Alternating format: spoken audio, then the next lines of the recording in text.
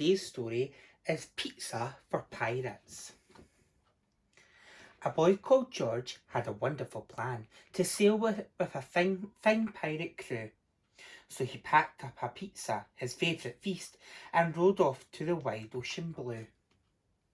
George travelled for hours till he spotted dry land and saw mermaids on rocks from afar. As he steered into the port, he heard pieces of eight and a loud croaky voice roaring, "Arr!" "Ahoy there!" cried George, and he held up his flag. "Please can I be a pirate like you?" But all he heard was a flap and a screech. Then a noisy bird burst into view. "I'm a parrot," it squawked as it perched on his head, "and pirates love parrots, I'm told. I'll help you to track down the whole pirate crew, and you'll find treasure chests full of gold." George steered his boat through the choppy green waves as a shiver of sharks glided by. And he spotted a shape in the mist up ahead, so he popped a patch over his eye. "Is it a pirate ship?" George asked the bird. "Where does it sail?" George peered through the telescope and gave a cry. "There's no pirate ship. Look, it's a whale." They tried to escape from the whale's grasping mouth, but a wave swept the boat into its jaws. With a whoosh, George was swallowed. How would he escape? And he even lost one of his oars. George switched on his torch and he looked all about, while the parrot flew down with a flap. "Shiver me timbers," cried George when he saw a hat and an old treasure map. And he put on the pirate hat. George told the bird, "Get back in the boat, I've got a plan. Think of the best pirate joke that you know, and then squawk it as loud as you can." "Why are pirates called pirates?" "Because they are." When the bird told the joke, a strange sound could be heard. First a rumble, then a loud roar. "The whale's laughing," said George with a sigh of relief. Then he paddled like mad with his oar.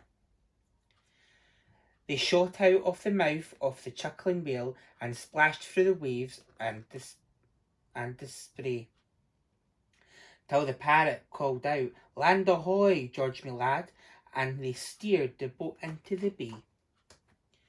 George stepped onto the sand, then he crept up the beach, while above him his parrot friend flew.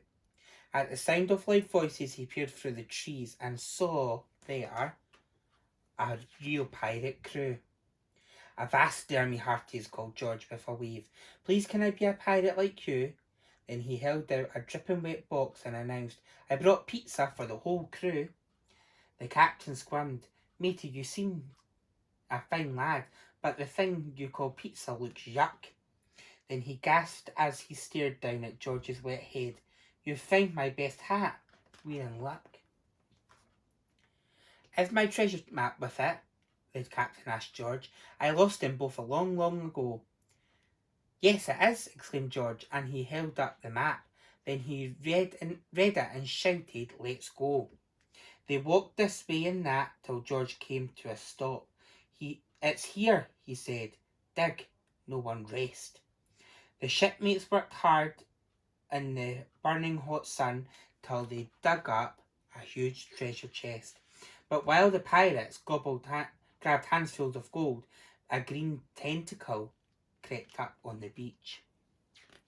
Then a sea monster suddenly burst out from the depths and carried the chest out of reach. It lifted the treasure towards a huge mouth. George shouted, "Stop, listen to me, eat this pizza instead. You can have the whole thing. It's much tastier than treasure, you'll see." The monster glared down at the dripping wet snack. Then it gobbled it up in one bite. It put down the chest and the crew roared, "George lad, you're the best kind of pirate, all right." Then the captain said, "George, now you're one of the crew. There is just one more thing to be done.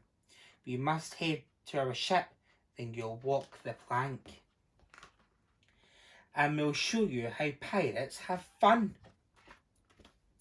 The end.